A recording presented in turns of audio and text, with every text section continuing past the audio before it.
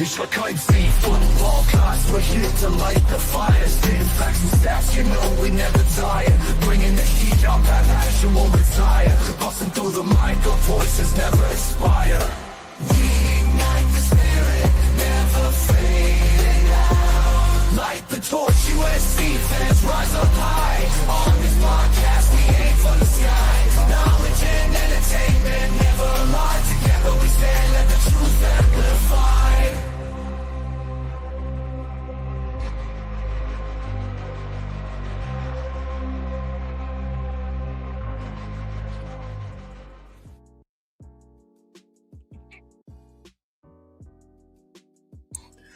What's going on, Trojan fans? Welcome back to another live episode of the Light the Torch podcast on New Year's Eve. And so we're going to be talking about what just took place yesterday. So USC number 16 played TCU at the Alamo Bowl, and USC lost in overtime 30-27. So let's talk about it. Let's just go ahead and introduce the guys. On my right, we got B. Jones. How's it going, B. Jones? Right on. Hey, wake up, man. I'm awake. All right, and underneath me, we have Guns. How's it going, Guns? Doing good, guys. We're always going to fight on. Tough night last night, obviously, but we're here. Excited. Tough is a word, yeah. How's everyone feeling? You guys ready to enter the new year? Ready to get past the 2026-25 season? I'm already past it, man. I slept on it last night. I'm already ready for next season. Well, we'll see. The fans are not past it right now. So let's just do a quick little recap of last night.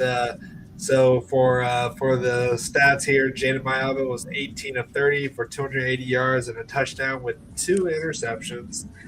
King Miller was 25 for 99 yards and a touchdown, and Tanuk Hines was 6 for 163 yards. And on the other side for TCU, Kent Seal, their backup quarterback, was 29 of 40 for 258 yards with 1 touchdown and interception. Jeremy Payne, out of 2 of their running backs that ran all over us, was 13 of 73 for a touchdown. And Eric McAllister, their number 1 wide receiver, was 8 for 69 yards with a few crucial drops in there. So, let's go ahead and just talk about this here. Let's go ahead and go for the first quarter here. Let's talk about our offensive thoughts and grades. So let's go and start with B. Jones. Yeah, man. So offensive thoughts, we start off very slow, couldn't finish drives with the defense that was not that great, man. I mean, obviously we had a lot of guys out. This is not our typical offense. We all know that. We played 70% freshmen this game, man, in comparison to them, where they brought pretty much everyone back to TCU. But that's no excuse, man. They are just not the caliber of program that we are. So that performance should never happen. I don't know what was up with Jaden Mayaba. But this is why we need him to come back, man. So he has great moments and then those head scratchers, man. So if we got to get him to eliminate those head scratchers this offseason, man, if we're going to do anything. So as far as grades, I'll probably give them a C, maybe C+, or maybe not. Okay. Guns, give us your thoughts and grades. Yeah, I mean, I start off with the grade. I agree with V. Jones on the C+. It wasn't our best performance. You could talk about a lot of factors with the players and whatnot. I mean, some of the good, and I think really one of the 2 good things is the connection with Jaden and Tanuk, right? We talked about, do we really need a wide receiver 1? You can definitely make the argument we still can, but Tanuk definitely came out and showed out that he can be that guy, right? And continue to gel with Jaden throughout the offseason. So shouts to him, man. 163 yards. I mean, the dude was getting tackled pretty much every play, it seemed like. There's probably a couple plays out there where we probably should have gotten the flag and whatnot, but obviously it didn't happen. Is what it is. Shout out to Jaden with that crazy catch.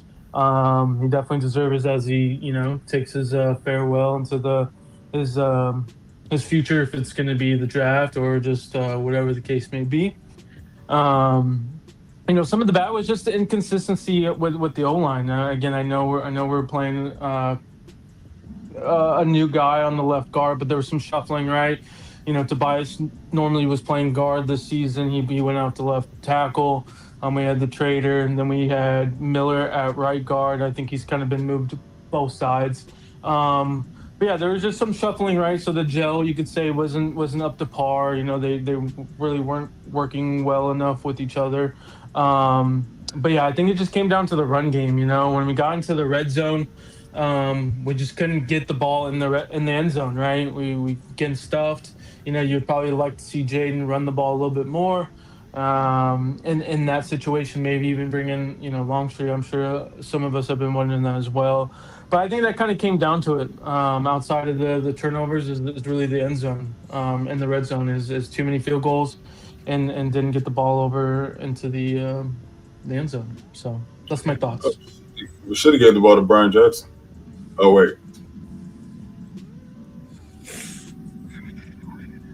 Yeah, for me, I'm struggling with giving it a C. I want to give it a D because it looked bad. And we have a special guest here, and Ken. How's it going, Ken? Hey, how's it going, guys? Popped up. What's up? And just so everyone knows, he has access to the chat or to the stream, so we will put the link out there so people can jump in if you guys want have any statements here. But we didn't put the link in quite yet, so just so everyone knows. But yeah, how's it going, Ken? I'm doing pretty good. How are you guys, gents? We're fighting on.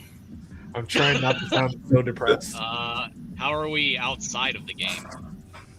Great. Family's great. Can't complain, man. Hey, Yep. well, that's the important thing right now. Exactly. Right. So go ahead and give us your thoughts and grades on the offensive performance. Ooh. Offense, I think a little disappointed, kind of like everybody else. Multiple different facets going to that. But I'd say as far as a grade, I think I'd probably go C+. Mayava had some throws that I think he would want back. I think Miller averaged under 4 a carry this game, 25 for like 99 yards. Just wasn't getting a very good push on the interior of the offensive line. Obviously still put up, 24, 27 points, whatever it was. Did a decent job, but I think with the couple of weeks of preparation they had, I think I just would have liked to seen a little bit more. Love Wax, you're telling me to take off my hat? No. But yeah, I'm surprised you gave it a C+, because I'm borderline D to A, or not D to A, D to C, because this was a team that we should have thrown all over. Like, they were one of the worst passing teams in the nation right now, or at least a passing defense in the nation. And we did not expose them as we thought we should have. It could have been a situation where Jaden wasn't fully on, like, in sync with the other wide receivers besides Tanook, because Tanook had a good game and Jaden had that one great catch in the end zone. But other than that, like, we only really had Tanook to really kind of give us those yards, and we kind of banked off also just getting pass interferences, just throwing it deep and then hope that they are going to try to interfere with Tanook, because he would always beat them.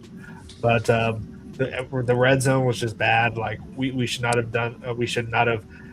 This game should have been not even in overtime. We should have won by at least 2 touchdowns. But shout outs to Ryan Sierra for his breaking the record for kicks. What was the specific record that he actually broke? Most points during the season. Most field goals, points. Yeah, single season field goal record. So shout outs to him.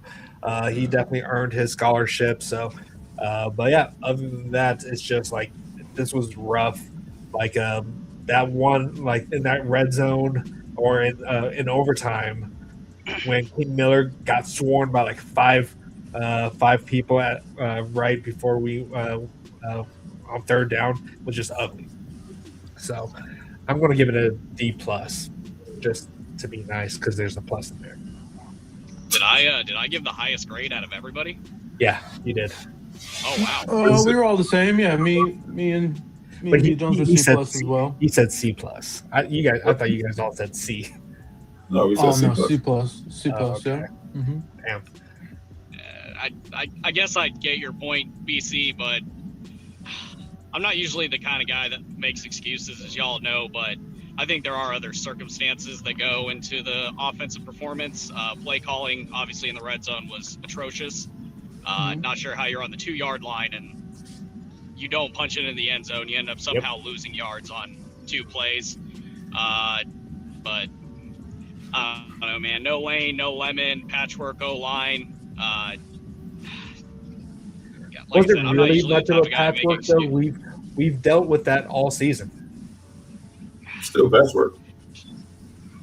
Yeah, but we haven't really had too much issues getting over 100 yards rushing with King Miller, with patchwork, and the fact that Jaden only ran the ball, 2 or 3 times? 3 times, yeah. So, we all thought we would see Hassan Longstreet maybe even during a full drive, maybe, or just even if it's too obvious that he's going to run the ball, then don't run the ball with him. Like, they're going to expect the run with him if he's in there, then just give it to King Miller or Riley Wormley. You know, I honestly thought that we would see some trickeration, man. I thought we were going to see Longstreet line up. Where was this playbook? Yeah, I thought we were going to see Longstreet line up at wide receiver and do a double pass. This was the most basic playbook. This was like we were playing Georgia Southern. Right. So we were just playing very safe in everything, except for just tossing it up to not King Miller, but to Nook. So this was just a bad performance on offense, regardless. Like this was just ugly. Yeah, we were playing unnecessarily conservative. I don't understand that one at all. So yeah, that's why I give it a D plus, because let's go back to the stats for TCU. Their rushing defense is fine, but their total defense, they give up 378 yards. Rushing defense 43 in the nation, which is fine, but they give up 245 yards a game through the air. They're 115th in passing, and their scoring defense, they give up 25. So they help. We barely scored over their average of scoring defense. Their red zone defense is tied 92nd in the nation. 86% of the time you score on them on defense, or for them on defense. Their red zone offense is 90th in the nation, and they had a backup quarterback. He wasn't a walk-on like I think someone said he is. He has experience, but he threw 250 yards on us. He looked good, better than Jaden in some aspects. Man, you're really making me feel worse about this game than I thought I did. It's just bad. It's unacceptable for sure. But all right. Second quarter. Yeah, I mean, the last thing I'm just to say is, I mean, he did throw for 280. Sure, he should have been a little bit more better on the completion percentage. 60% ain't horrible. Obviously, the 2 interceptions hurt that. Yeah. But I mean, we were kind of throwing the ball on them. It's just, I mean, again, we always talked about being more balanced, and we were balanced, right? And I think that's kind of what it came down to is, running the ball not as efficient when we get into the red zone, and then the red zone just killed us. Yeah. Yeah, I'm sorry for being negative here, but there ain't those two turnovers should never have happened, especially that close to the red zone. Absolutely. I mean, I don't think you're being negative, bro. I mean, you're backing it up with the stats and what actually happened. And I mean, it's nothing against the players. Like you said, it just wasn't a very good performance given what they were going up against and what you just proved. Yeah. But other than that, though, like it's just like Chinook, he's going to be one or two, depending on how things go. Like I was hoping to see more of Corey Sims in there. Like he didn't get as much touches, but there was definitely some missed penalties on their side. Like they were like some defensive holding, plenty of that. And I think the refs just got tired of throwing pass interferences because they threw it so many times on when they were covering Chinook. But against anyone else, they weren't throwing pass interferences or anything. On that play that they got down to the 1 yard line on that deep pass, DJ Harvey definitely knocked that ball out, and it should have been called a touchback. Yeah. Oh yeah. Oh yeah. Like, well, I don't know, like because they showed the sky camera. I don't know if it went into the back the end zone. Did it? If you look on DJ Harvey's page, he actually posted it. Oh, did he? Okay. Yeah, he posted it. There was a good angle that he posted, man. Yeah, I was like, obvious. Lincoln Riley had every right to like. Or I don't know why it didn't get like what went into not getting that reviewed or anything. But because they played the Texas team in the Alamo Bowl. That is true. They were like what, an hour drive away or something like that. I don't know. But all right, enough with the offense. Let's anything else we have to say about the offense before we move on to the defense? All right, let's move on to the defense here. So defensive thoughts and grades. We'll go ahead and start with Ken. Oh man. I think I'm gonna go with a D+ on this. That was I'm gonna put this nicely. That was not a good tackling game whatsoever. I think going into it, I didn't have much expectations with Henny calling plays because he's never done it before. That's not a knock against him.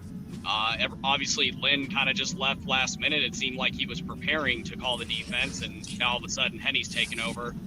But, I don't remember last night ever saying to myself, hey, like, these guys look very out of position. Like, the guys were there to make plays, and they just kept whiffing and whiffing.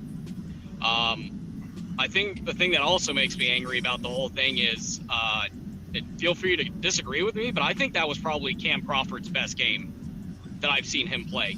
He looked explosive. He looked like he was everywhere. Like, I just remember saying to myself, like, holy crap, like, Cam is involved everywhere. He's getting sacks. He's shedding blocks. But the missed tackles, I can't excuse. I can't get that screenshot out of my head of 3rd and 20. A guy has his hand on the running back, and there were 3 Trojans within 3 yards of him, and he scores. It makes zero sense.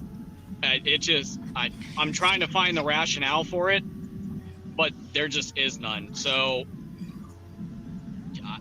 God, we had some dudes that balled out last night too. Alex Graham, he looked good.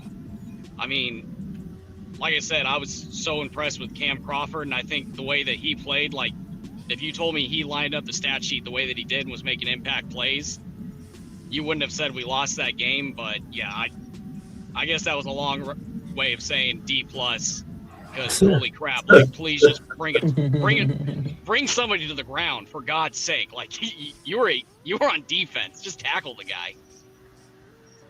Yep. All right, Guns. Yeah, I gotta agree. I'll say D+, right? Let's talk some of the bad real quick, right? Missed tackles, 16 missed tackles. Coverage wasn't great across the board with anyone. We gave up 74%, I believe is what I'm seeing. So, I mean, again, just not great at all, but right, I mean, there's a lot of shuffling going on. You don't have your DC. You have a guy that's never called plays. I kind of at first was liking what we were seeing. Obviously, as the game continued, it obviously kind of got worse and worse here and there. just wasn't consistently to the par, to the level that we want. AJ Tutelli, I think there's somebody that deserves some look this offseason. He only played about 4 snaps, but in those 4 snaps, he was our highest graded player. Floyd, hopefully we re-sign Jide, or hopefully it gets announced if he has been re-signed. Cam Crawford, I agree, this is one of his better games. Graham, he's probably one of our best tacklers. If we can just focus on tackling as a group, more effort, more focus, we can do some good things in the future. One of the cool things I thought was neat to see is we had more three and outs this game than the whole season. So if you want to look at any positive, I thought that was cool to see. Wait, say that again? We had more 3 and outs this game than the whole season combined. And we still lost. So, I mean, there was some positive, something I guess you could say that Henny was doing right, but obviously it came down to the missed tackles. All right. B. Jones. Yeah, man. So obviously, man, was glaring in everyone's heads that last play, that 3rd and 20. Listen, I'm all for the way that the guys were tackling all game. They were laying wood out there, right? We said that a couple of times in the group chat. Yeah, these boys came out hitting. But in crunch time, in clutch situations, you have to know you can't be headhunting, man. You have to go for the short tackle. And on that particular play, man, there was a senior guy who should definitely know better, man, who's just kind of trotting out there. It was right in the play. He was one of those 3 guys that Ken mentioned. But he was just kind of trotting and assuming that the other guys was going to make the play. Why? You should be beating them to the ball. Your mentality should be, nope, that's my tackle. You know what I mean? And if there's some friendly fire that happens, you happen to hit one of your own teammates, so be it. Yeah, what do coaches always say? Play until the whistle, until you hear the whistle. Did you hear a whistle? Exactly. You didn't hear no whistle. That type of effort is just unacceptable, man, especially in late game situations. You go for the short tackle. All right. So that's a lot of what we saw this whole game, man. Guys just there's a lot of chatter, so of course you're gonna start, trying to lay some wood on guys, but you have to know when to do that and when to wrap up. Yeah. Is that all? Sorry, I didn't want to cut you off here.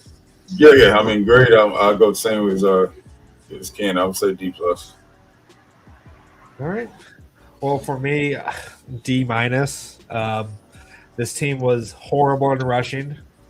Like this season, they were averaging, what was it? 131 yards rushing. They had 140 yards rushing, so they got over their average. But they lost 23 yards,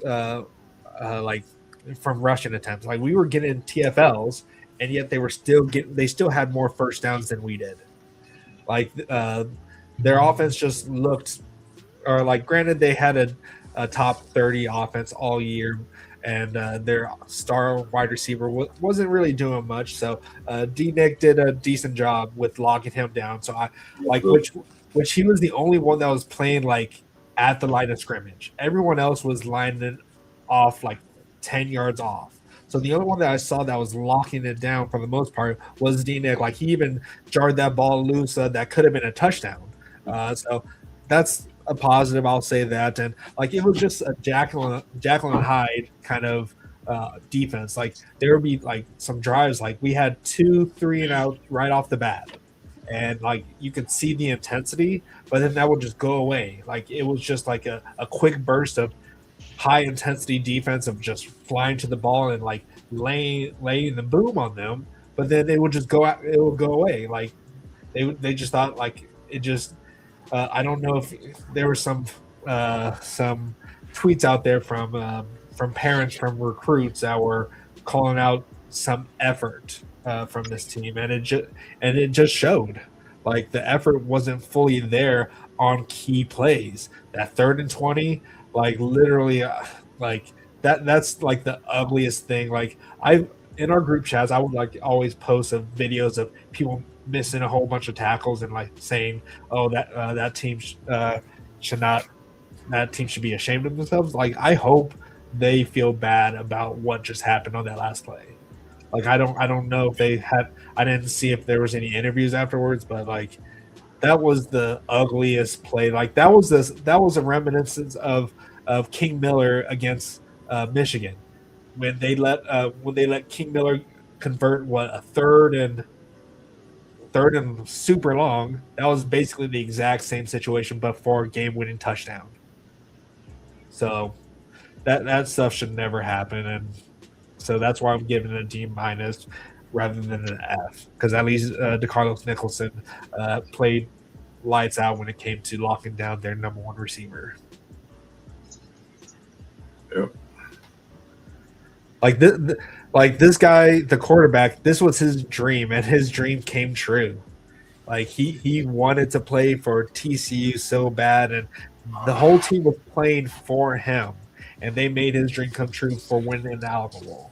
And we just like, I'm not even going to say some of the other things that I want to say right now. Yeah, great story, but after that, we should have won that game. So sorry. That's good. Yeah, good for the kid, but nah, man, that's on us. Good for him, not good for us. Right. Yeah, like we had 4 pass breakups. We had 1 interception. They had 2 pass breakups. Our field goal kicking was great. Like shout outs to Ryan for that. They had more first downs. They had more rushing first downs. Like they had like 6 rushing first downs. They had 14 passing first downs. Like that's insane. Yep. Like we had three first downs by penalties because we just tossed it up there. I'm about to be pulling into my house, but I'll say this before I jump off. I think the most frustrating thing is when it looks good. God, does it just look amazing out there when they're God, I can't remember what quarter it was, but it might have been during the sequence and some of the back-to-back 3 and outs, but linebackers were flying uphill and hitting guys, DBs were coming up, laying the wood. I don't understand how, and this even goes back to the rest of the season, is how does it look so good during stretches of games and then it just disappears? Flatlines, yeah. It just does. Like, where is that intensity all game? Yeah. Because when these guys are hitting and these linebackers are flying and these D linemen are getting off of blocks, we look like a football team. Like, we look like a competent playoff team that can hang with some of these guys. And that might be crazy to say, but I mean, we still went 9-3 during the regular season. Like, where's the consistency during these games? And that's the thing, Ken. That's what I've been saying. That's usually the next step, with a young team. It's, after they learn how to finish games, which I would say that we've learned how to finish games this year. I mean, outside of yesterday, the next step is usually consistency. Yeah. But yeah, man, that's. Sorry, can you scroll up a little bit, Blackiechainz, that when I started there? The one that you starred, this one. Why does our secondary play so soft on 3rd and 9? Our DBs are 12 yards off and backpedaling at the snap. Make it make sense. Yeah, I don't know why they're backpedaling. I feel like they should just, like, if they're playing 10 yards off the ball, at least stay stationary right there to give them what's the underneath, but not try to give them any more than that. Like, it just makes no sense. Like, the only one player that was playing close to the line was DeCarlos. Everyone else was not. I could see if they just had world-class speed outside, but they didn't, man. There was no reason for that. They were not beating us over the top. What's that? They were not beating us over the top. And their scariest receiver was McAllister. And D-Nick was just locking him down for the most part. Exactly. I guess whatever his name is, Joseph Manjack got his revenge on us. Sure. Yeah, I mean, I agree. I don't like that our DBs are 9 to 12 yards back. But I'd say we just don't have the personnel for that, right? Like you said, I think the only person that really is the true press corner is probably Carlos. I mean, Celis is a press corner. He's a field corner. He's off coverage. I think the rest of the guys really are too. I mean, Yeah. And obviously you could say it's the scheme too, but I mean, I just think focused on personnel alone, we just don't have the guys to get up in the face and play press. Well, and keep in mind, guys, though, since we've been talking, see you later, Ken. But yeah, when we get a new defensive coordinator, we're probably going to be doing the same exact thing. If everyone's, I guess we can move on to, we can talk about that here in a second. But do we want to talk about transfer portal right now and then move into that? Let's go. All right, so transfer portal, third quarter. Basically, what are your thoughts like? So when it comes to the transfer portal, we haven't really been hearing much about who we're going after, who we're in talks with. So let's go ahead and see, or Guns, talk to us about the transfer portal right now, like what you've seen in message boards or wherever. Yeah, I mean, honestly, it's kind of quiet in terms of like all the reports and like you said, the boards and whatnot in terms of like who we're truly going after and whatnot. I think that's definitely the part that concerns me, is that you read this report, right, and you see college XYZ is looking at this one player, and it's like you would think maybe we would be involved with this one player or whatever the case may be. I fully trust Bowden and the stuff that he does. It's just, this offseason is absolutely key for us for this next phase of our Lincoln Riley era, right? Obviously, you could say maybe it's because we don't have a DC. I do think you can get around that. And still recruit guys and get portal guys to be, invested, involved, whatever the case may be. Defense is obviously the big key, right? I think that's the main focus. I think we can all agree on that. Interior defensive line, linebackers, safety. People can argue about the corner, edge as well, right? I mean, I think just overall defense is the focus. And then maybe sprinkle here and there on the offensive side, maybe a wide receiver and whatnot. But just the fact that we are just not linked to players, publicly, does concern me. So, yeah, like we were the king of the portal of Lincoln Riley's first year, and we saw kind of the return that we got from that. We got nearly a playoff season the first year. And I'll let B. Jones talk here. Go ahead and give us your thoughts on what should happen and what are your thoughts of the transfer portal coming up. Yeah, I mean, my concerns are the same as Guns, man. It's crazy that I don't see our names on some of these lists, and that, some of the top schools should be bidding for. I mean, top guys. But and what that says to me, man, is if we're not going to be competitive in the portal this offseason, then we can't expect to compete, especially next year with the schedule that we have. But it seems like we want to compete, being that we brought Jaden back, right? Yeah. So it seems like we want to compete next year, but I don't think relying on a bunch of freshmen is the way to go. Yeah. We have glaring needs on the defensive side of the ball that we need to address, that need to be addressed through the portal. We can't rely on freshmen to get it done, right? And I'm not knocking any of our freshmen. It's just history doesn't say that. History says that we can't rely on freshmen to do that. I'm sure there's going to be a few guys that are going to contribute, and a little more than others, but it's just not sustainable. I mean, it's not in our best interest if we're going to compete next year. And I gotta say it, man. The fan base is. If you left it up to the fan base, Lincoln has only next year to get it done, to make some noise and get to the playoffs. You know what I'm saying? So if we don't get to the playoffs, we might lose the fan base, man. If you lose the fan base, you lose the donors. Yep. And I think our GM needs to understand that, man. So,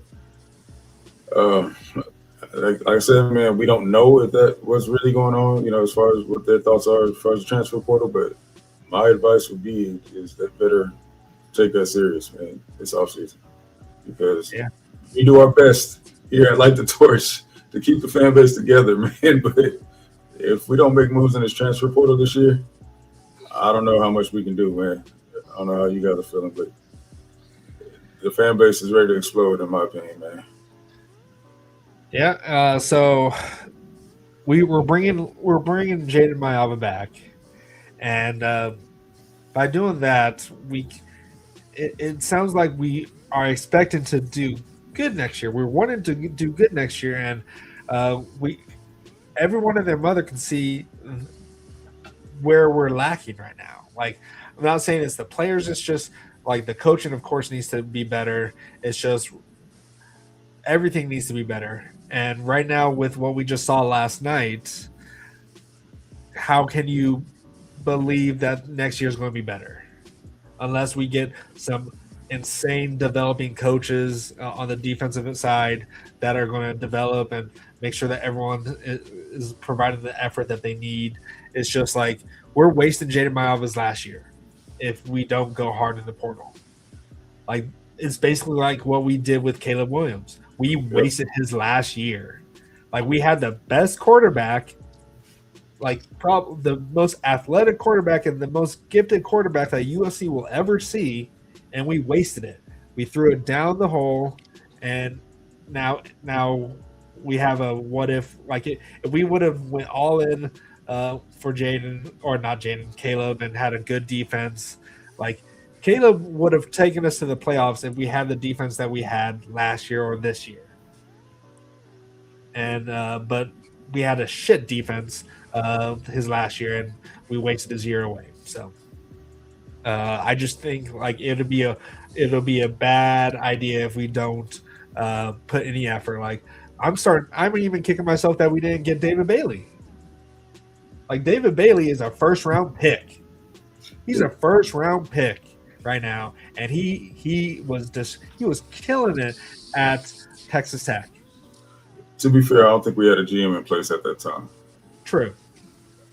But still, like, anyone and their mother could have just said, hey, here's a check. Not the guy that was there at the time. Yeah, but you know how that went. And I just want to add real quick, I mean, I understand and agree Lincoln deserves criticism in terms of the roster, but I think us as fans need to realize this is like an NFL model, right? We have a GM, right? When you talk about the Steelers, the Rams, right? Like, the GM in the front office is constructing the roster and getting the players and drafting them, and obviously getting the input from the coaches. Like, when we talk about portal now, this really does fall on Bowden. I'm sure the coaches are trying to, pound their fists on the table and say, hey, we need this person, XYZ. But it really doesn't. It does now come down to Bowden and the staff in terms of NIL and who we're looking to get. Oh, so David Bailey actually entered the transfer portal in April, and we hired Chad Bowden in January. Yeah, I mean, I don't think we were gonna get. True, but I didn't feel like we were gonna go big on the April portal. Like, Bowden was still trying to evaluate the roster. True. And now this is his chance, right? We got the high school class, and now it's the portal. So. Yeah, it just sucks when you're seeing some of the players that were possibly could have been at USC, and like, do we know if David Bailey was even interested in USC? No, we don't. But if we could have got him, like if he wanted to come to USC and USC just didn't try, that hurts. Well, I remember saying that around that time last year, I remember saying, since we're not going to go after him, you guys probably remember me saying this, we better be sure that what we have is going to produce. Well, we started halfway in the year, at the very beginning of the year, we were looking like, hey, it was fine because we were leading the nation in sacks, but then we had to look at our schedule, who we were playing. And I still don't feel like our biggest issue, coaching, is on the edge. Well, our biggest issue was coaching and having a coach that probably wasn't fully bought in for the whole year. Sure, I'm talking more of roster personnel. I would have to say our interior D-line was a way more pressing concern. I mean, we thought we addressed it. Well, sorry, go ahead.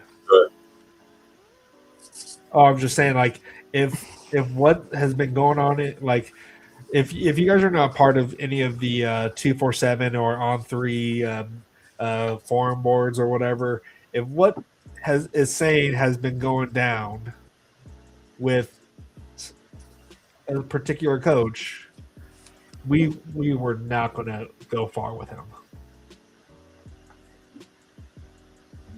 What exactly are you talking about?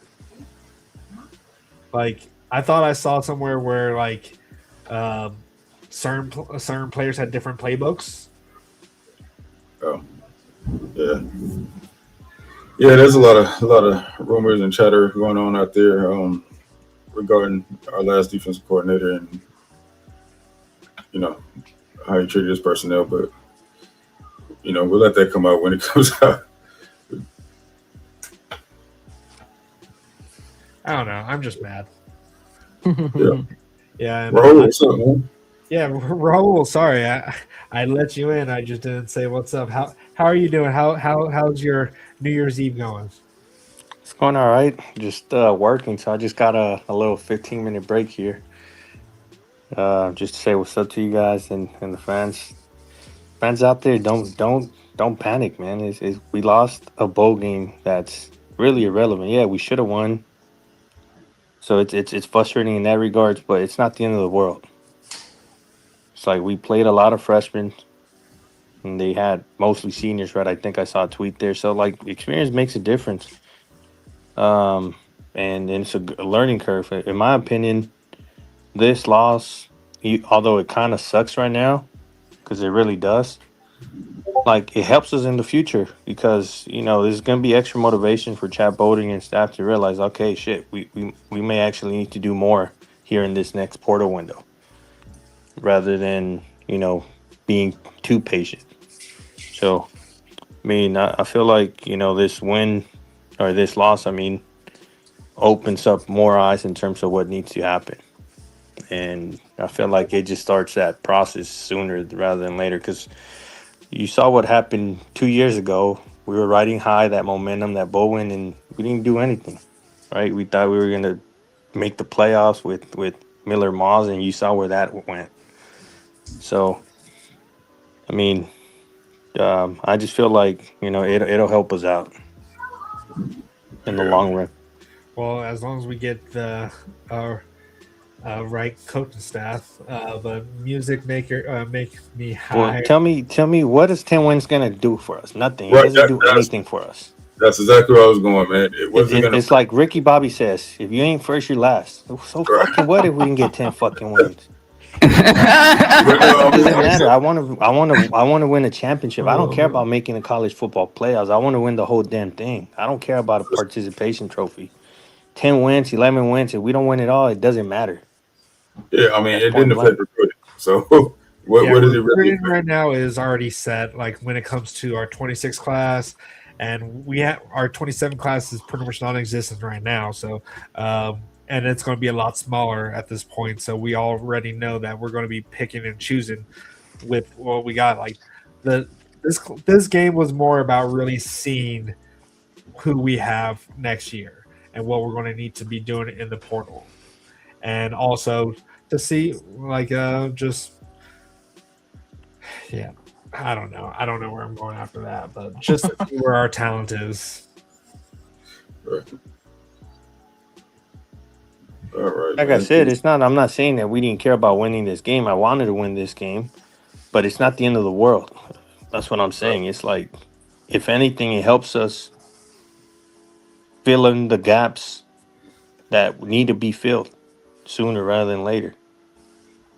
Right. I mean, for me, it was just we got to hear this crap all season now about how we lost to TCU. Yeah, that's the only. That's probably what pisses me off the most is just hearing the chatter. Exactly. Like, we're hearing chatter from a team that didn't even play in a bowl game. Why are you guys even talking? You guys just decide to go home with your ball, and you're talking to us about a bowl game. At least we played one and we didn't quit. Okay, y'all guys are quitters, both in bowl games and a rivalry game. And rivalry games. They've quit every rivalry they ever had. So yeah, Michigan State, Purdue. Let's see who else. Except Navy, they like that one. They like semen. How am I all over the place? All I said is that this win or this loss doesn't make or break us. If we would have won yesterday, it would have been nice to win, but it's not like it was going to be a needle mover for us. Right. Like, fans were already disappointed that we didn't make the playoffs. So, like, if we win, great. If we didn't, like, sucks. Yeah, but like, it's not gonna win. It's not gonna make or break us. This win is not, or this bowl game was not gonna make or break us. So, I don't understand why fans are having a meltdown over one bowl game. Like, yeah, it sucks, but it's only gonna help us in the long run. If this might put the hot seat on Lincoln Riley even more. So, I mean, a lot of you guys already want to get rid of Lincoln Riley, right? So, like, why are you guys mad? Like, that just basically shortens his window here at USC. So, it's like I said, it sucks to lose, but it doesn't make a winner, or it doesn't make or break us. So, yeah. I mean, I don't know what else to say other than, like, we got this whole offseason to work with Chad Bowden. Let's see what he does in the portal. And let's see what this team is going to look like in 2026. A lot of fans are already counting out USC for this next season. We don't even know what the team's going to look like. Right. So definitely want to play what we saw last night. I can tell you that right now. Yeah, so. If anything, the most upsetting thing besides the loss was just that last play and how bad that summed up that whole game. Like that was like just like if it, yeah, that last play was played was probably the worst thing I've ever seen from an effort standpoint. Yeah, and Trojan Fist, no Lemon, no Lane, and McCree to make Mayava look good. Mayava looked good. It's just he had some bad plays. Like, even when he had Mackay and Lemon, he did make some questionable throws. Right. So, regardless of who he had out there, it was just some throws that maybe it was just not the greatest synchronization. Because I think there was on that one interception to the tight end, he threw it inwards because he thought he was probably going to go down the seam, but then he ended up going the outside. But I haven't rewatched this, so I couldn't really tell you.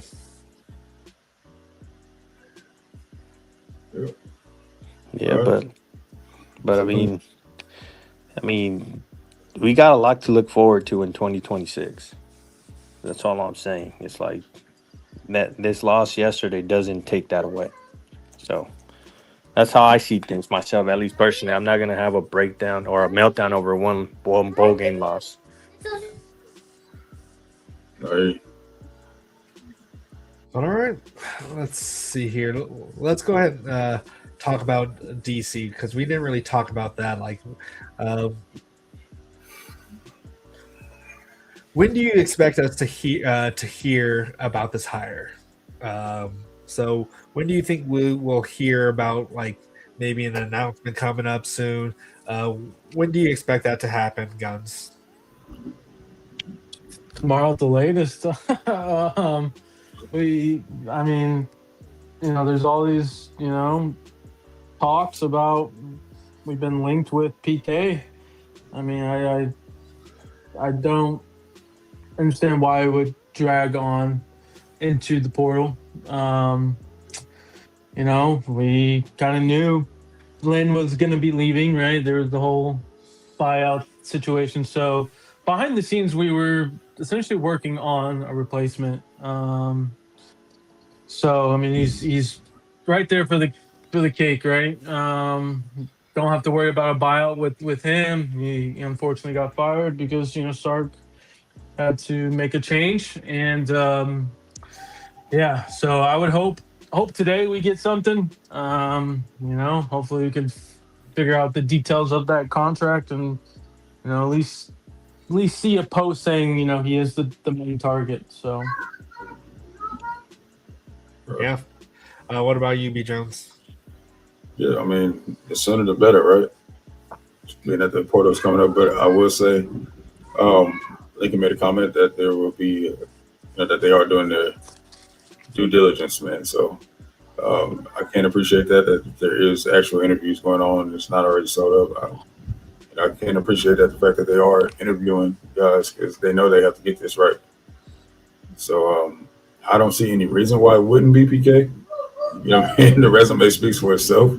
And as far as Sark's comments on PK, I just thought that was just ridiculous and didn't make sense. Anybody who's watched Texas this year know that defense was not their biggest issue. Yeah, not the reason why they failed. So, especially after him losing 9 guys to the NFL. When's the last time we had 9 guys on our defensive side of the ball go to the NFL? Period. So, yeah, man. I mean, I would love to have PK or Ryan Walters. Yeah, I know guns. All right, Ryan Walters, or whoever. I mean, we just have to knock this one out the park. We have to, and there's no reason to believe that we're not going to. So we'll say that the moves that we made over the past couple of years have all been great. I mean, looking back at it, Dancing Lane probably wasn't. We were excited because of what he did to us as a defense supporter at UCLA, but if we're being completely honest, he wasn't quite qualified yet. Yep. We need a guy with experience, man. Yeah. No, Lincoln Riley better pray that this is his last hire that he has to do, because any more seasons that are not like, I know it's going to be like next year's schedule is a murder's row. Like, it's probably one of the top 10 hardest schedules out there. So it's definitely going to be rough. But I appreciate that they're doing their due diligence, because he has to, because he can't just hire the hottest guy who kind of did good against him like we did with Lynn, and he can't go with a buddy like Alex Grinch. So this has to be a strategic, like a football, like a well thought out decision at this point, because right now he's not going to get any more options. He's not going to get any more do-overs like we thought he would have a do-over when it came to having a new defensive coordinator after getting rid of Alex Grinch. Like, this has to be the hire that pushes him over the limit of getting to the playoffs, getting a national championship, because other than that, he's gone.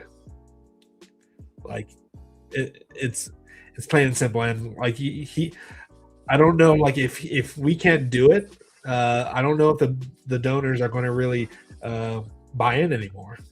Like we sold them that Chad Bowden sold them that he's going to bring USC back, and he needs to do that. With he already has it with the recruiting class, but right now it has to be about the coaching as well. So either way, no matter how good the defensive coordinator is next year, if somehow we do miss the playoffs, even if we make 10-2 and we miss the playoffs somehow, the fans are still going to be upset. So regardless, no one's going to be happy. So that's just USC fans for you. You're on mute. So if we go 10-2 with that schedule that we have next year, that is definitely a better you know what I mean? Record. And if we I even heard some people were saying that we wouldn't even make the playoffs if it went 10-2. Or Well, I think that was Christen that said that. Yeah, there was no guarantee. Yeah. So like we could have beat Illinois and we still probably could have not made it into the playoffs. And we would have had a good reason to be upset, just like the other team. But that's why we got to build this roster so we can run the table. Not worry about it. Yep. Let's see here. We're almost at the top of the hour here. We'll let a couple people in here. I can't stay too much longer, so keep it short and sweet in this situation here. So we'll open up the chat or open up the calls here. So come in here, vent, do whatever you need to. Just be respectful, and if you're not, I'll kick you out. All right. So it happens. Oh, here's Bryant. Jenks, what's going on? What's going on, fellas? How you?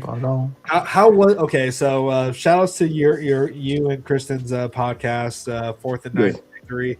How was watching it? I popped in for a little bit while you were live, but how was it watching with a whole bunch of people? It was frustrating, and I appreciate you guys showing up. Appreciate you, Raul showed up. Of course, we always give you guys a shout out, but it was frustrating, Blackiechainz. You had some people saying that it was a scheme issue. I don't think it was a scheme issue. We just couldn't get the ball carrier on the ground. Yep. We were in place. Now, if we were out of place, that's a scheme issue. From a position standpoint, from an attacking standpoint, that's a scheme issue. If you're in place to make the tackle, you can't blame the coaches. That's on the kids. Exactly. So they gotta get some players out of the portal.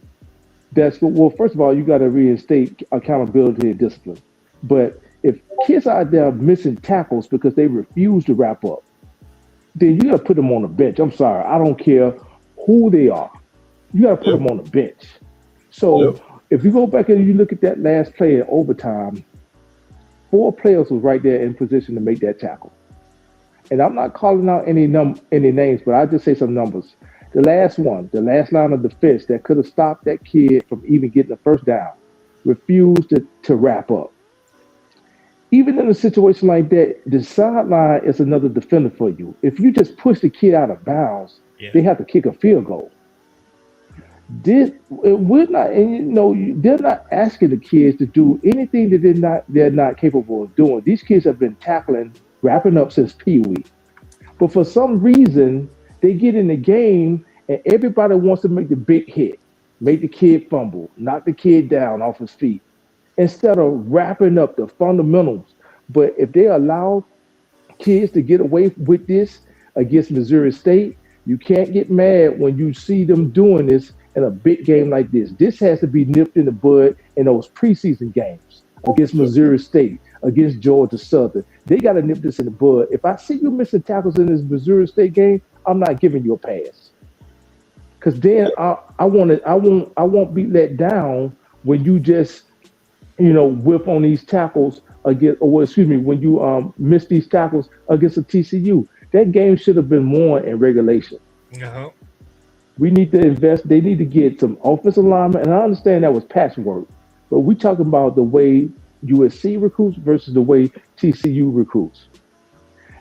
Even on the goal line, we don't need any trickery on the goal line. It was first and goal on the 2-yard line. We couldn't get 2 yards. Offensive line couldn't get any push.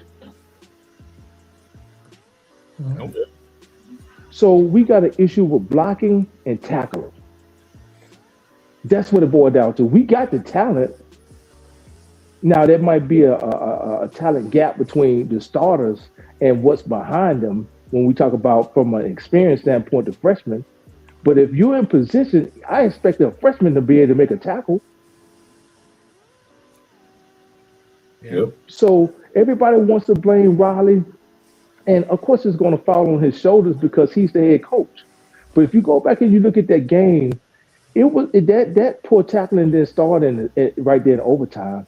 I saw the same hits in the first half.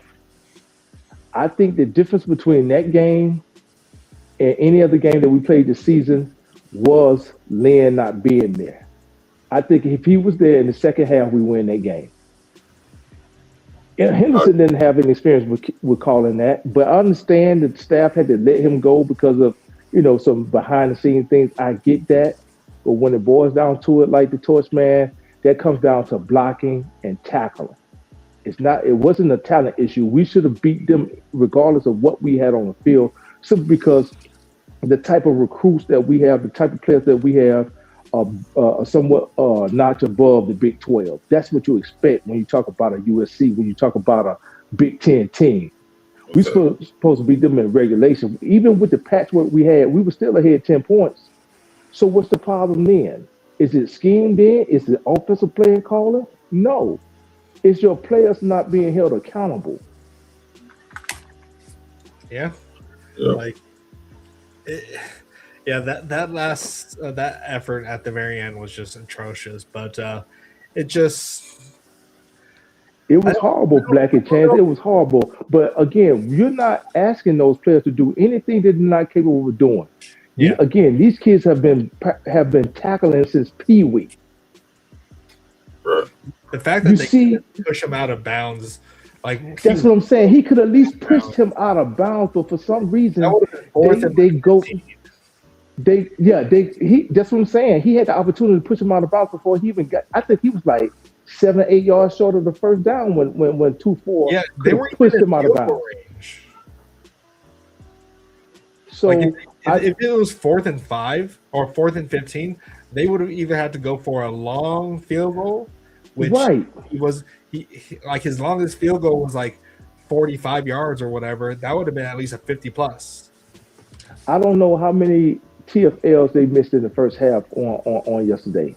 Yeah, I forgot who it was that went streaking through. Literally, he could have had who was it? It was Christen Pierce, man. He had in the backfield.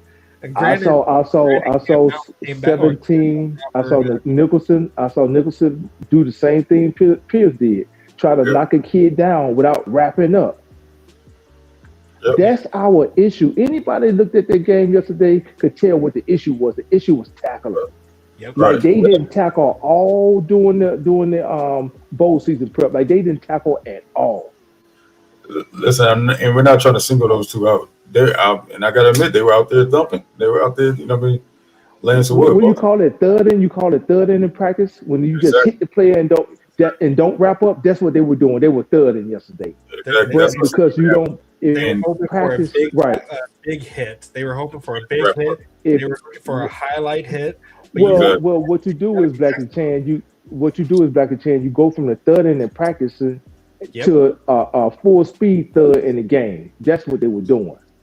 So if you go back and you look at any type of practice film from when they post these highlights, you can see them wrapping up. Those DBs practice wrapping up. I know they do. Yeah. I know they do. I've seen them do it. Real quick, B. Jones, can you set this record straight here? I'm not entertaining Chris right now, man. He ain't even been here. No. I need you to set the record strght. I called this live. Did you hear that, Christen? Where are you? You're in the stream right now. Oh, what's going on, man? Did you hear what B Jones said? What'd he say? Say it again. I called this live, man. And to be fair, y'all go live while I'm at work all the time, man. So, man, we go at 7:00. You at work at 5:00 p.m.? Well, that's the normal end of a work day. Not at 12 o'clock in the daytime and 3 o'clock in the daytime. But see, everybody at work at all time. Out, Christen. This was not my idea. Yeah, my bad, BC. I can't take that back and change it to if my man Guns didn't shoot me an IG message, I wouldn't even know y'all was on. So shout out to Gunner. Oh, really? Okay. Yeah, man. That's why you got to turn the notification bell on. Look, I do have it on, man. I'm just dead into work, man. When you work. No worries, man. I'm not as benevolent as my partner over there. The issue was more than tackling. Hey, look, Chris. If you got the message for IG, you should get the message for the alert for when they go live. It's the same. It come on the same phone. Nah, I don't have a beep. I don't have a notification like that. Oh, you don't? Yeah. But for other messages, it's like a text message and stuff. It'll give me an active where I can hear the alert because y'all be blowing up that chat. But I'm not as benevolent as my partner. The issue last night was more than tackling, a lot more than tackling. And if we don't do anything on Friday and this portal and hit big, it's going to be a long season next year. If we go into the season with this current roster, from what I seen last night, and in the 26 class coming in, it's going to be a long season. We got to hit in this portal. We have a lot of holes. Agreed. Especially at the receiver. If we don't hit on a receiver, Tanuka's going to get double all next season, and Jay Maava won't be able to pass to anybody. If you notice, he looked uncomfortable yesterday because he didn't have his regular two guys. He didn't have Lemon. He didn't have Lane. I would equate that as like going on a road trip and leaving your cell phone at home. You understand what I'm saying? To use a better analogy. He didn't have those guys that he was used to. Even with the tight ends, the timing was off. Some of the receivers, the timing was off. He connected on some passes, but for the most part, his timing was off because he was used to having those All-American receivers and tight ends, but they just didn't have them last night. Yeah. All right. Before let's get right now. We have someone that we're going to need to get in here. But anything else? Yeah. Anything else you want to say here, B Jenks? No, go ahead, my man. I appreciate you having me up.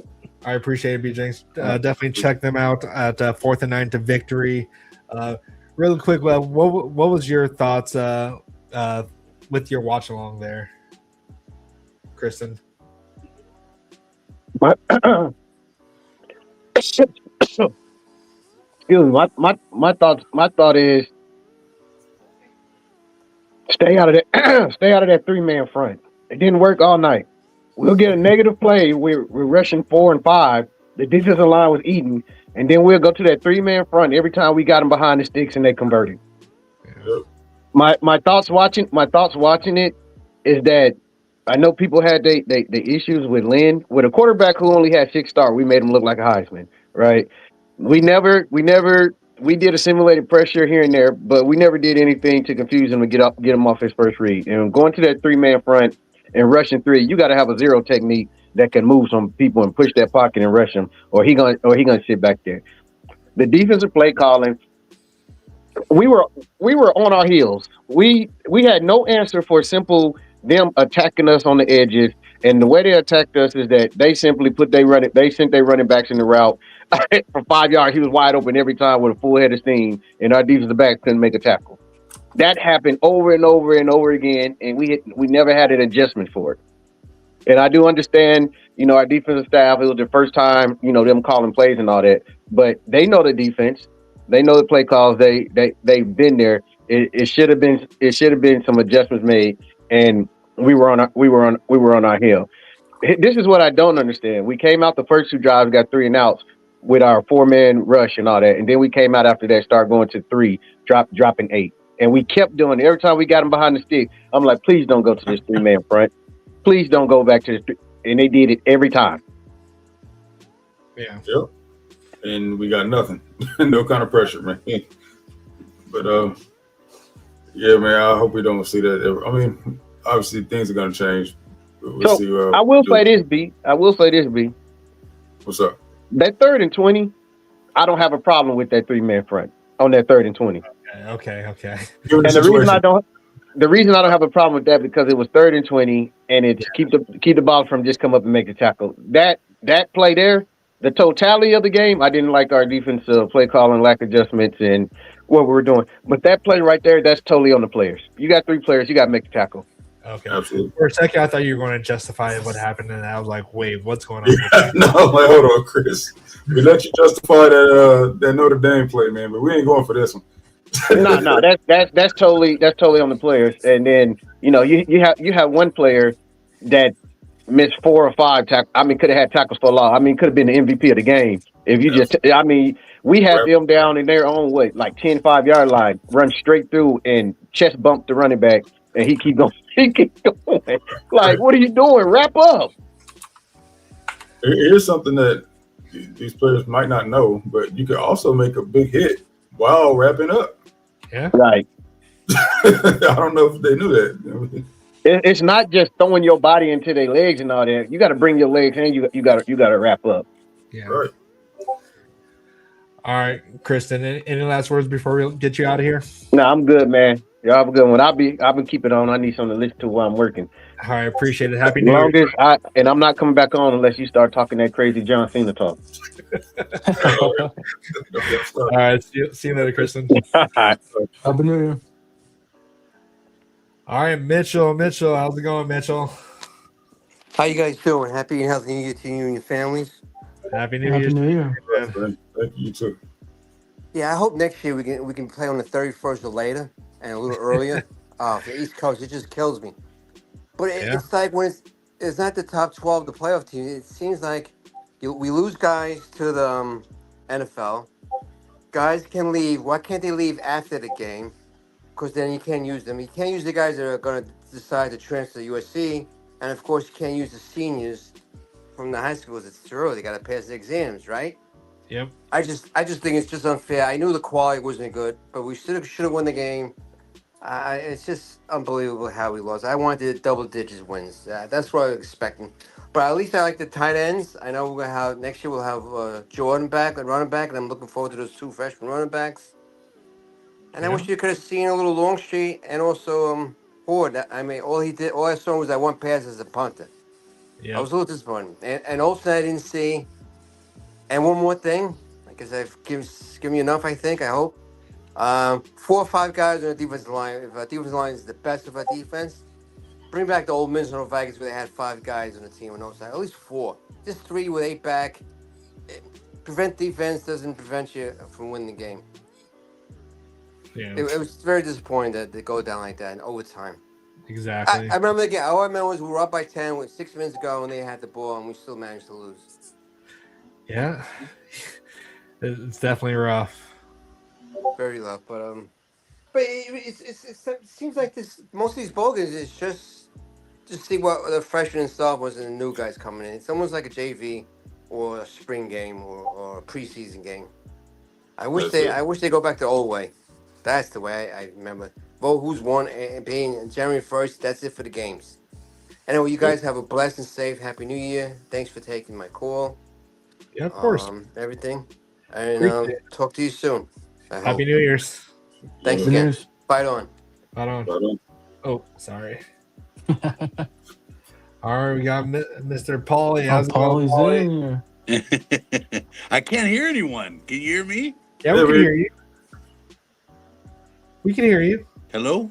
Yep, we can hear you. I can't hear anyone. Check your microphone settings. No. Or your headphone settings.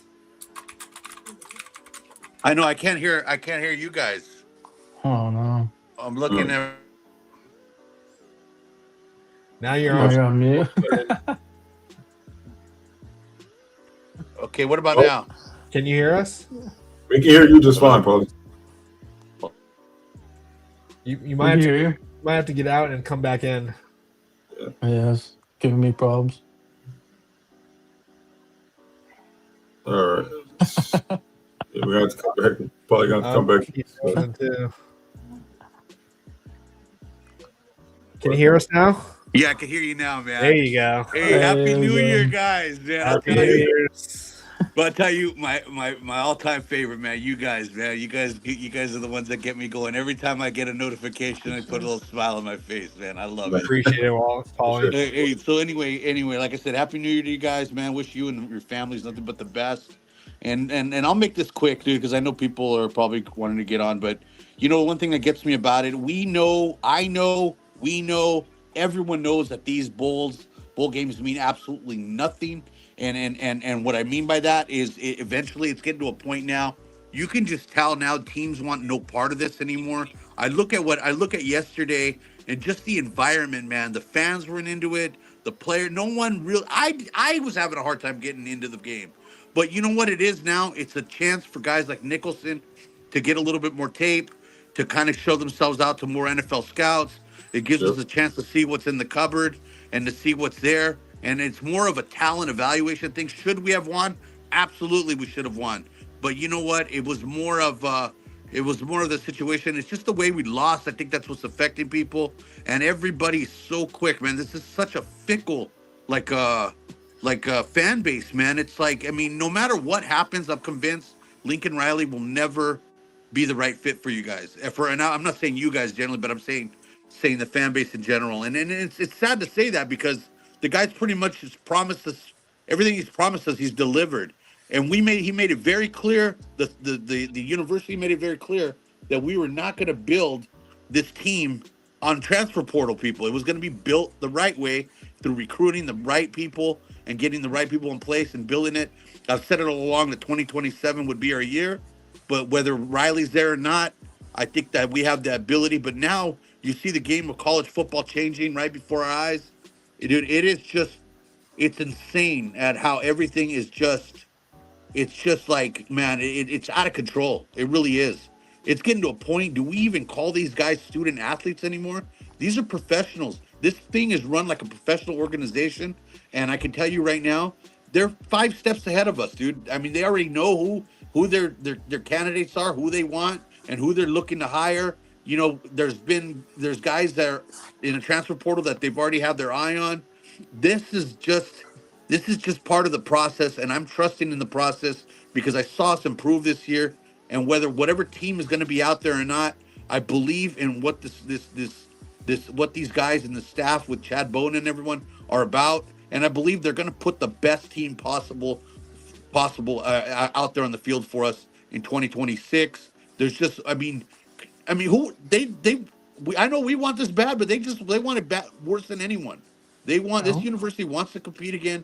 They want to be at the top, and they're going to do whatever it takes to get us there. And if they don't, whatever. I just got to continue to believe in it as a fan, or else you're going to drive yourself crazy, man. Look at the positives there. I saw Abasari yesterday just totally just look like a really, really solid football player. Bricard looked phenomenal to me. Those guys are pieces that we can grow with. You know what? The fundamentals and all that, I just think it was just a product of the environment we're in. You know, your defensive coordinator bails out that same day, you know, and you got guys jumping in. And of course, Henny's probably not the right choice. He doesn't have any experience. But whoever we do bring in, they have to have the same vision as us. Let's just be real. Our last defensive coordinator, you know, let's just be real with it. From what I've heard, he just hasn't had the vision wasn't there. He wasn't on board for it. His goal was to become a head coach or go back to his alma mater, and that's what he got, and good for him. And I wish him the best. But you know, we have to do what's best for this university, and for this football team. And there's no doubt, man, we're going to turn this thing around and get it going. I'm still hyped. We got Jaden back. We got a number 1 receiver that just bloomed right before our eyes in Huddle. You add another kind of veteran piece that could help mold him and take some pressure off of him. You know, we're going to be just fine. And on top of that, you look at some of the other kids that we uncovered yesterday. I look at Tupou, the other tight end. Yeah, it was his first game. He looked a little out of odds sometimes, but the kid has talent. I'm not going to say he's going to play next year and dominate next year, but those are pieces that you can grow with. And you know, 54, the linebacking unit, I saw him. He looked really good as well. So anyway, that's enough of me going on and on and on. I don't know how you guys feel about it. We can agree to disagree, whatever, but I just think people are kind of just jumping the gun a little bit too quick and giving up, man. It's either like, I know 2026 is we either win or everybody's going to get canned, man. That's just the way it goes. But because of the pressure, and it's an unfortunate thing because, you know, you look at the cards that Riley was dealt, bro, that was difficult. You saw NIL change right before our eyes, and look at what he had to deal with. It's not building a program like it used to. This is different, and we're learning just like all the other universities are learning, and hopefully we get it right, man. That's all we can hope for. Yeah. Which brings me I'm sorry. I got kind of fired up right there. I'm telling you. No worries, Paulie. No worries. No, you know what it is? You know what it is? It's like I look back and I look at former players, and I'm not going to name this former player, but you know, you're ripping your university. You're setting a bad example as an alumni, as a thing. But you know, yet I don't want to bring up how you just choked in the national championship game and couldn't bring us home another one, but yet, you're over here ripping the team, bro. It's like, just ease up on that, man. These guys are giving their all. They want to be a part of this, and whether it's Lincoln or not, I just know we're going in the right direction. We improved from, the year before. I think we got some good talent pieces, and you know what? The next guy, hopefully we can shore up those fundamentals. But there is talent there. I think it was a lack of experience that lost that game for us yesterday. It wasn't the lack of talent. And I know people say, "Oh man, we have no talent, no talent." Well, that's a bunch of BS, man. Those guys, those are decent football players there. I'm not saying they're gonna be superstars or some of them, but we definitely have some players that they're gonna make an impact for us, man. Either 2026 or by 2027. Yeah. Right. Well, So it's a lack of talent, but we lost to a less talented team. Yeah. That's the thing about it. It's like, I don't think we were in that game, to be honest with you, man. I don't think anyone wanted to be there. I don't think anything. It was what it was. For me as a fan, I had a hard time even watching the game, bro. I just wasn't into it. Just could not get into it, man. Yeah. Well, how do you guys feel? How do you guys feel about that, man? I mean, honestly, do you think this is it? I mean, you think it's as bad as everybody's making it out to be, or did you see anything positive yet from yesterday? There were some good takeaways from this game, man. I don't think it's really that bad. I mean, if we're being completely honest, this game, what did it do? What are we hurt by this as a program, or are we going to lose our recruiting class over it? No. I mean, that's all solidified. So all it did is just bowl games are just a showcase now. And let me ask you this: what about as far as our linebackers go? I know a lot of people are asking for Rob Ryan. Maybe the NFL, he's just more of an NFL guy than he is, a college guy. But at the same time, I'm not about ready to give up on Desmond Stevens yet, man. I'm not ready to give up on these guys, man. I think they have a lot of talent. And Newbie, Newbie, you could tell he was getting his first taste of playing time, but there is athletic ability and there is good football players in those guys. It's just the lack, crap rolls downhill, bro. You're only as good as the people at the top. And like I said, it's like we just need to find that balance and that cohesive balance, bro, where the offense and the defense click and they're on the same page, man. That's what we're really looking for to get us to that next level. Yeah. All right, man. Yeah. I was wondering, do you have any last words here, Paulie, before we let you go? You know what, man? Yeah, you know what? I'm gonna be launching a trivia show coming up here. I'm putting it together already. I want you guys to be on, man. Come on. I want different people to come on. It's gonna be a Pac-12, old school Pac-12 USC Trojan trivia show. And we'll throw some college football in there just to kind of keep it fun, make it fun. We'll have 3 guys on. Whoever wins advances. And then at the end, everybody could take me on, bro, at the end, bro, for the grand prize. Yeah, let's go. I'm ready. I'm fired up right now. You know what, dude? Enough of this negative talk, man. You know what, dude? 2027 is our year. We're winning the national championship in 2027. And you know what, Longstreet? Guys, if you're smart, you stick around, learn, get another year under your belt of some experience, and then you have they're handing the keys over to you, and you'll be nice and ready to lead us to that promised land, buddy.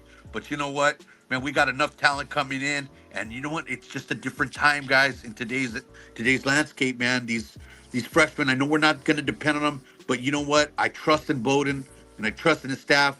They're going to bring in some really good pieces for us. This is it, man. Everything he promised us, it's on right now. He's going to have to show us what he's about, and I believe in him. He wouldn't say those things if he couldn't produce. Well, yeah, I mean, we're all hoping for that, but I mean, there's been some message board chatter, man, and that's kind of what we, so we said earlier. Due to that, and things that we're seeing on social media about these top players that are in the portal, we are not involved in them. Involved in their recruiting. So, as it appears, so that's what's drawing concern for us. Myself, Guns. I think Blackiechainz said the same thing. Yeah. Of course. I mean, it's always concerning when things come up like that, but at the same time, where do you draw the line? Where you want a player who completely believes in your vision and what you're about, or do you want the guy that really wants the bag and only cares about his personal accolades?